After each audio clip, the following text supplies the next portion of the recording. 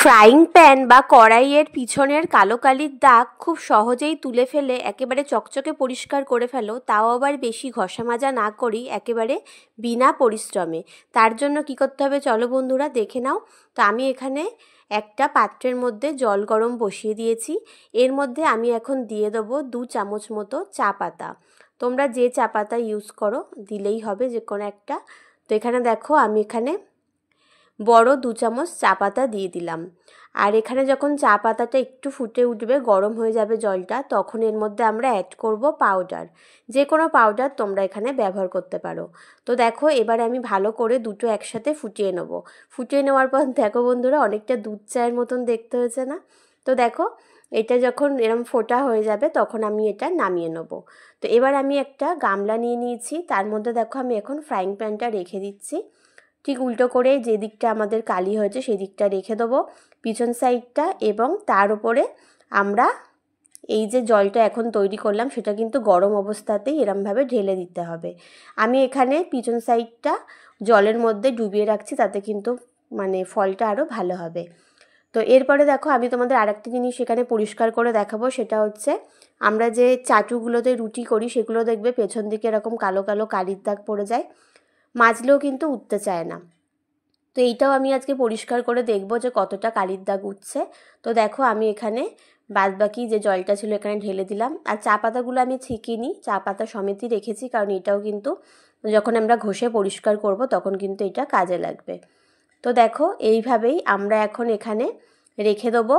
মোটামুটি আমি এখানে 10 থেকে 15 মিনিট রাখবো, যেহেতু বেশি কালি হয়নি। তোমাদের যদি বেশি কালির দাগ পড়ে যায় তোমরা সেক্ষেত্রে কিন্তু 30 মিনিট 25 মিনিট রেখে দিতে পারো, তাতে কিন্তু তোমাদের বেশি ঘষা মাজা একেবারেই করতে হবে না, হালকা একটু ঘষলেই দেখবে পরিষ্কার হয়ে যাচ্ছে।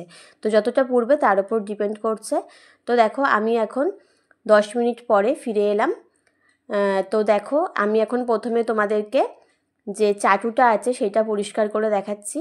তো এই কালো কালো দাগগুলো তোমাদেরকে আমি আগেই দেখিয়েছিলাম, দেখো সামান্য একটু ঘষলাম তাতেই দেখো কালির দাগ একেবারে ছুমন্তর হয়ে গেল। তোমরা নিজেরাই দেখতে পাচ্ছ বন্ধুরা। তো তোমাদের যতটা পুড়বে সেই অনুযায়ী তোমরা ভিজিয়ে রেখে দেবে। তো আধ ঘন্টা মতো ভিজিয়ে রাখলে একেবারেই কিন্তু তোমাদের ঘষা মাজা করতে হবে না, একটুখানি এরকম হালকা হাতে ঘষলেই দেখো একেবারে কি সুন্দর উঠে যাচ্ছে। তো দেখো বন্ধুরা আমি এটা ভালো করে পরিষ্কার করে নিলাম। তো দেখো আমার এই চাটুর পিছনে যত কালির দাগ ছিল উঠে গেছে। এবার চলো তোমাদেরকে কড়াইয়ের পেছনটা, ফ্রাইং প্যানের পেছনটা পরিষ্কার করে দেখাচ্ছি। তো দেখো আমি হালকা হাতে একটুখানি জাস্ট ঘষেছি, দেখো তোমাদের চোখের সামনেই তোমরা প্রমাণ দেখো কি সুন্দর। দেখো উপরের যে কালির দাগগুলো ছিল সেগুলো কিন্তু একদম সেকেন্ডের মধ্যে পরিষ্কার হয়ে গেল।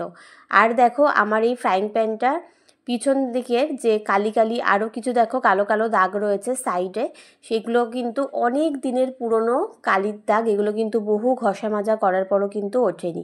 তো এগুলো কিন্তু দেখো খুব সুন্দর করে উঠে যাচ্ছে। আমি এখানে একটু চা পাতা লাগিয়ে নিলাম, যে চা পাতাগুলো ছিল, আর একটুখানি এখানে দেখো ঘষে নিলাম, কি দারুণ দেখো সুন্দর উঠে গিয়ে একেবারে ঝকঝকে পরিষ্কার হয়ে যাচ্ছে।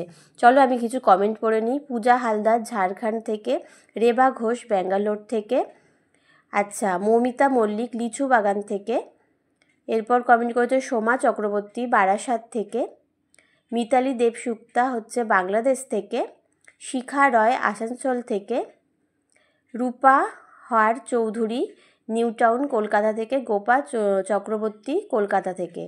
তো দেখো তোমাদের কমেন্ট পড়তে পড়তে এটা আমি পরিষ্কার করে নিচ্ছি। আর যারা আমার ভিডিওটা দেখছো অবশ্যই কোথা থেকে দেখছো কমেন্ট করে জানিও, যাতে পরবর্তী ভিডিওতে আমি তোমাদেরকে ধন্যবাদ জানাতে পারি। দেখো এটা আবার আমি পরিষ্কার জলে ধুয়ে নিয়ে তোমাদেরকে দেখাচ্ছি কতটা সুন্দর পরিষ্কার হয়েছে। পরিষ্কার তো হয়েছেই, তার সাথে দেখো কি সুন্দর চকচক করছে। দেখো বন্ধুরা তোমরা নিজেরাই কিন্তু দেখতে পারলে সামান্য একটু চা পাতা আর পাউডার জল দিয়ে কত সুন্দর ধবধবে পরিষ্কার হয়ে যাচ্ছে। আর এখানে দেখো চাটুটার পেছনেরও সব কালি কিন্তু উঠে গেছে। তো আজকের ভিডিওটা তোমাদের কেমন লাগলো অবশ্যই জানিও।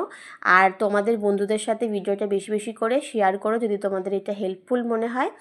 আর আমার প্রোফাইলটা তোমরা সবাই ফলো করে দিয়ে বন্ধু হয়ে পাশে থেকো। সবাই ভালো থেকো। আজকের মতো তোমাদের সবাইকে টাটা।